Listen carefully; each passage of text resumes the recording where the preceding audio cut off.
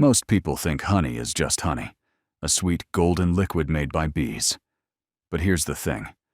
The difference between the lowest quality honey and the highest quality honey is enormous.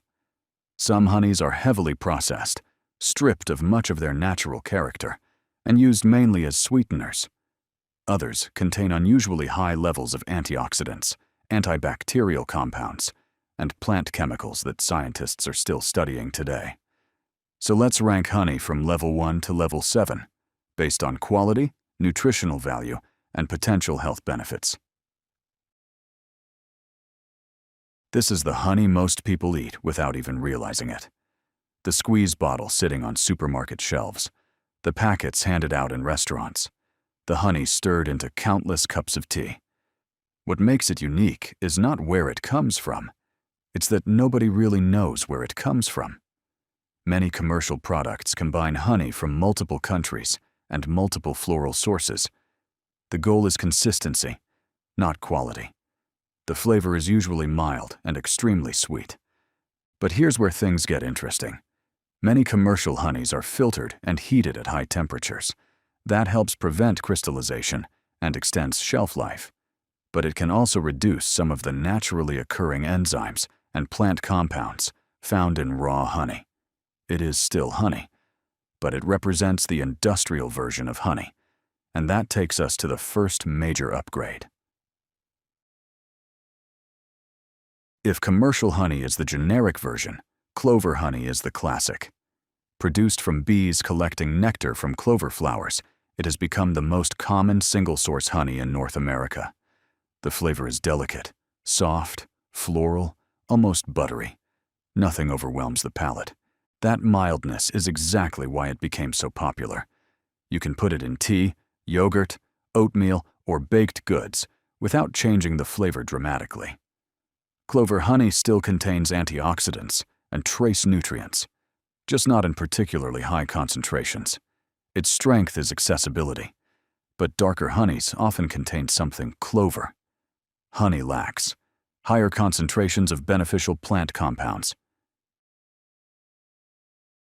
Acacia honey almost doesn't look like honey. It's so pale it can appear nearly transparent. And here's something most people don't know.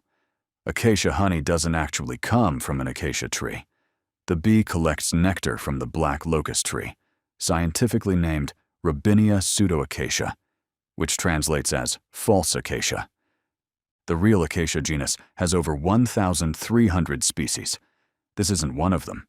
The name stuck for marketing reasons, and nobody changed it. So what you're buying is technically black locust honey, sold globally as acacia. Now, the honey itself. The flavor is elegant, light, almost vanilla-like, and its resistance to crystallization is extraordinary. Because of its unusually high fructose to glucose ratio, some jars remain perfectly liquid for up to 2 years without any processing. What most people don't realize is that acacia honey has a glycemic index of around 32, among the lowest of any honey variety. For context, table sugar sits at 65. That doesn't make it sugar-free, but it makes it meaningfully different from most sweeteners on the market. And as we move higher in the ranking, sweetness becomes less important. Nutritional complexity becomes more important. Wildflower honey is nature's mystery box. Unlike single-flower honeys, wildflower honey can contain nectar from dozens of different plants. The result is unpredictability. A jar harvested in Texas may taste completely different from one harvested in the Alps. Color varies. Flavor varies. Even antioxidant levels vary. But in general, wildflower honey tends to be richer and more complex than lighter honeys. The wider the range of flowers visited by bees, the wider the range of plant compounds that may end up in the honey. Some studies have found that darker wildflower honeys often contain significantly higher antioxidant levels than lighter varieties. But there is one honey that consistently ranks near the top when antioxidants are measured, and it looks nothing like the honey most people know. Buckwheat honey is dark, very dark, sometimes almost black. If clover honey resembles liquid gold, buckwheat honey resembles molasses. The flavor is bold, malty, earthy, slightly smoky. Many first-time tasters are shocked by how intense it is. But here's why health enthusiasts love it. Buckwheat honey regularly ranks among the antioxidant champions of the honey world.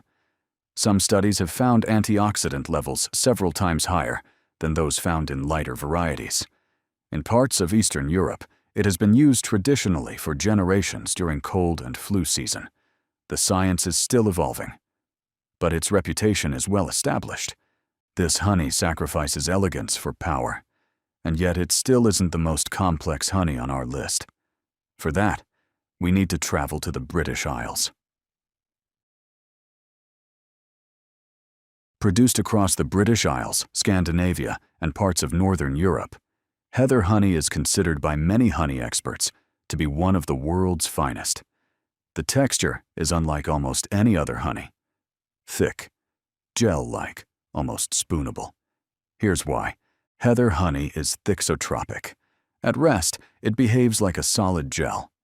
Stir it, and it becomes liquid again. This property is so unusual that beekeepers can't extract it using standard centrifuges.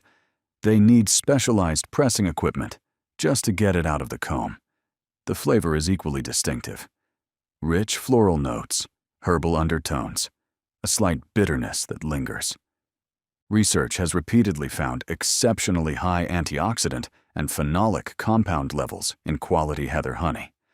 In blind tastings, many honey enthusiasts place it among the most flavorful honeys ever produced. Yet one variety continues to dominate all discussions about medicinal honey. A honey so studied that entire grading systems were created just to measure its quality. Manuka honey occupies a category of its own. Produced from the nectar of New Zealand's Manuka bush, a plant that flowers for only a few weeks each year. Miss that window, and the opportunity is gone until next season. The honey itself contains unusually high concentrations of methylglyoxal, abbreviated MgO. This compound is one reason Manuka has attracted so much scientific attention. Unlike most honeys, which rely largely on hydrogen peroxide for antibacterial activity, Manuka possesses additional non-peroxide antibacterial properties, meaning it remains effective in environments where standard antibacterial activity would break down. The scientific recognition has been significant. MediHoney, a wound dressing product based on Manuka honey, became the first honey product ever approved by the FDA for clinical wound care. Not alternative medicine, not wellness marketing. An FDA-approved medical product.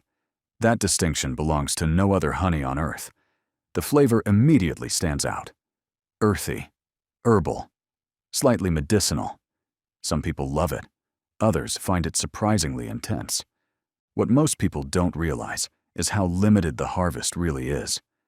The Manuka bush flowers for only a few weeks per year. And genuine, high-grade Manuka must be produced in New Zealand, nowhere else.